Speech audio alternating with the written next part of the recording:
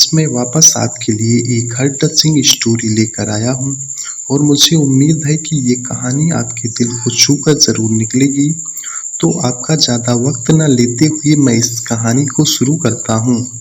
एक बार की बात है, एक बार एक अध्यापक एक संपन्न परिवार के शिष्य के साथ कहीं जा रहे थे। तो उस शिष्य को कुछ मजाक सूझी, क्योंकि उसको रास्ते में किसी गरीब मजदूर के जूते दिखाई दिए।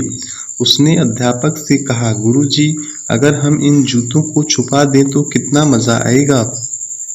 देखते हैं कि मजदूर पर इसका क्या असर पड़ता है।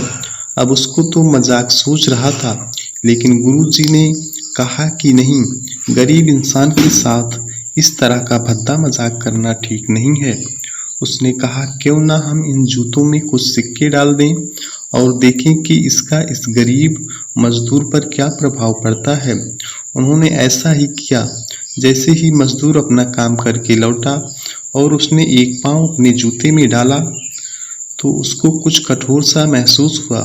उसने अंदर हाथ डाला तो उसको कुछ सिक्के दिखाई दिए। वह थोड़ा आश्चर्य में पड़ गया।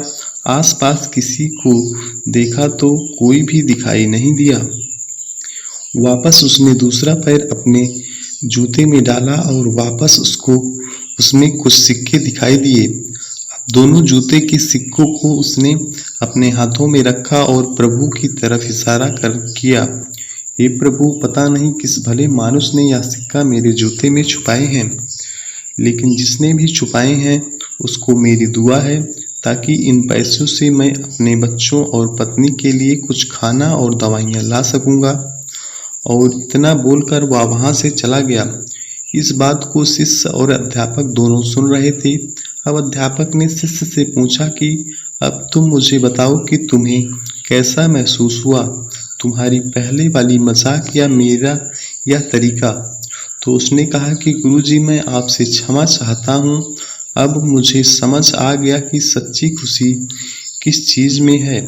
जब हम किसी की मजाक उड़ाते हैं तो हमें कुछ पल का आनंद मिलता है, लेकिन इससे हमें बद्दुआ मिलती है।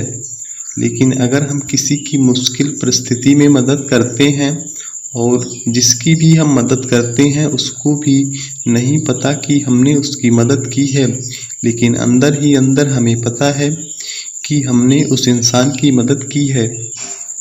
यही सच्ची खुशी है। जब हम दूसरों को खुशी देते हैं तो हमें सच्ची खुशी मिलती है। इसी तरह खुशियाँ बांटते रहिए, लोगों की मदद करते रहिए और दान करते रहिए, जिसके भी आप काबिल हों। जितना भी आपसे बन पड़े दान करें, लेकिन दान जरूर करें। इसका मतलब यह नहीं है कि आपको कंपलसरी या अनिवार्य रूप से इतने रुपए दान करने ही चाहिए, क्योंकि हर किसी की ज़रूरत अलग अलग हो सकती है।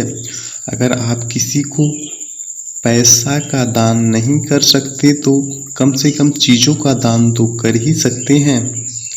मुझे पूरी उम्मीद है कि यह हार्ट टचिंग स्टोरी आपको ज़रूर अच्छी लगी होगी। आपका कीमती समय देने के लिए दिल से शुक्रिया।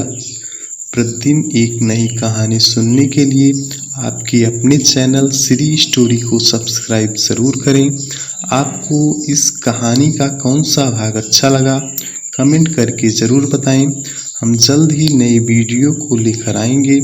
तब तक के लिए नमस्कार, वंदे मातरम, जय हिंद, जय भारत।